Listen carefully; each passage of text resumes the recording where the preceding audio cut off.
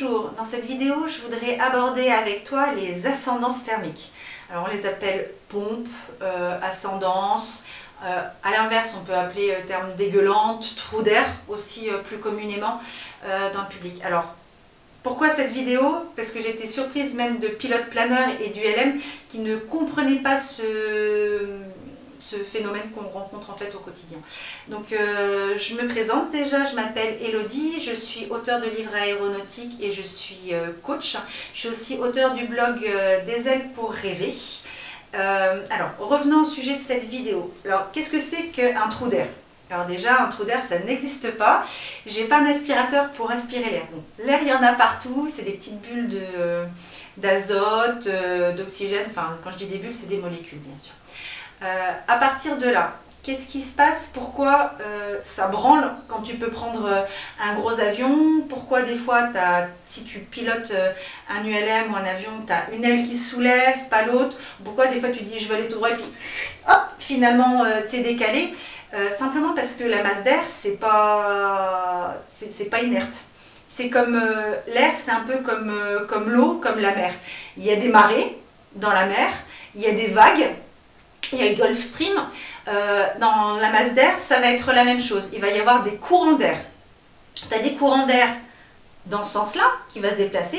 C'est ce que tu vas voir quand tu as un nuage effectivement qui est au-dessus de chez toi, bah, tu vas le voir se déplacer avec le vent. Donc ça, tout le monde en a conscience. Par contre, il y a un autre phénomène qui se dépasse entre la base des nuages et le sol. Et ça se voit pas à l'œil nu. Par contre, tu vas le sentir quand tu vas être en l'air. C'est ce que je te disais tout à l'heure, les trous d'air, ou quand tu pilotes un avion ou un ULM, ça va avoir tendance à taguer. Bon, quand tu pilotes un planeur, en général, les gens sont habitués. Donc, c'est pour ça que je mets ça entre parenthèses.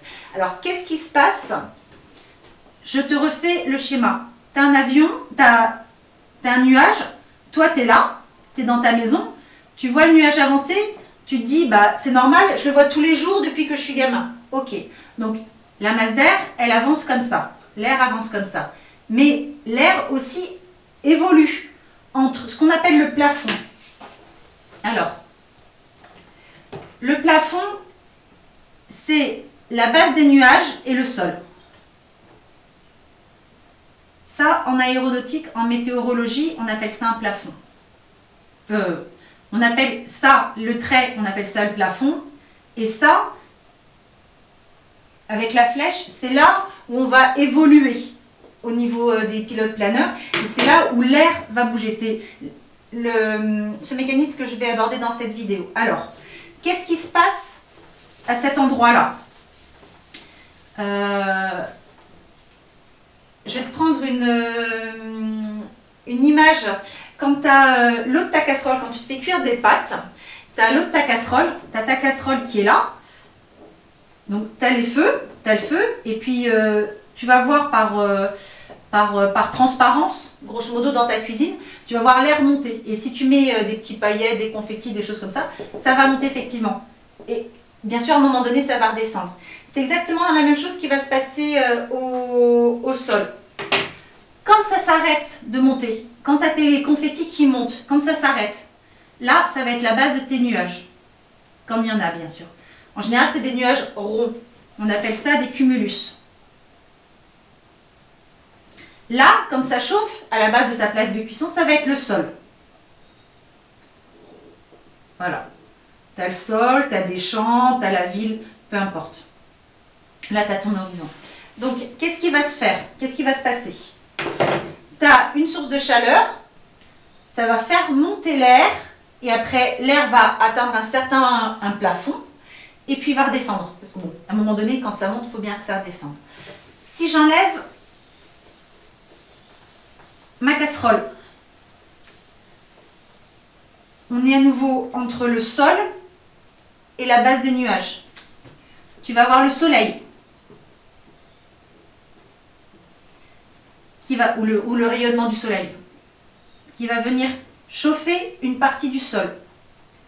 Quand tu es sur un centre commercial, un grand parking de centre commercial, en plein été, tu peux voir au-dessus de la zone une sorte de mirage, l'air n'est pas net. C'est parce que ça va cogner. Donc à partir de là, quand c'est plus chaud, l'air, comme au-dessus de ta casserole, va monter. et après ça va redescendre.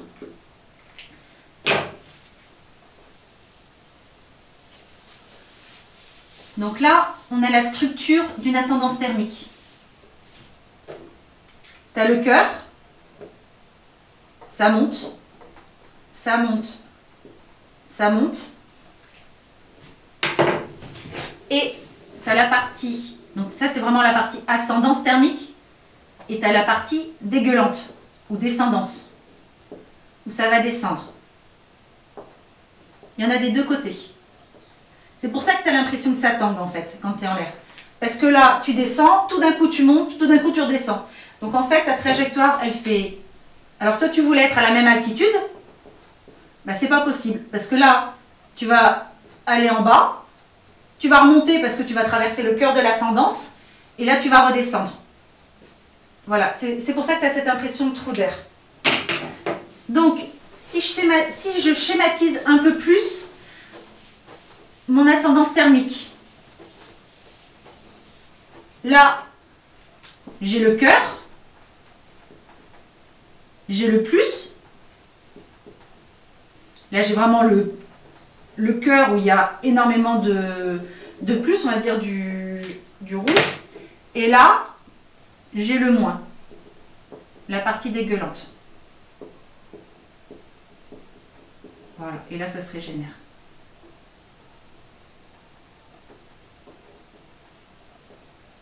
Voilà, donc les trous d'air n'existent pas. Première chose. Deuxième chose, une ascendance thermique, c'est pas forcément des bulles d'air. C'est typiquement, ça va être ça quand il n'y a pas de vent. Quand il y a du vent, automatiquement, ça va s'incliner un peu. Tu as le vent qui va souffler, ça va un peu déstabiliser la structure. Quand tu as beaucoup de vent, ça va hachurer. Et quand tu as beaucoup de vent, effectivement, tu n'auras plus un tronc comme ça. Tu auras vraiment des bulles d'air. Voilà.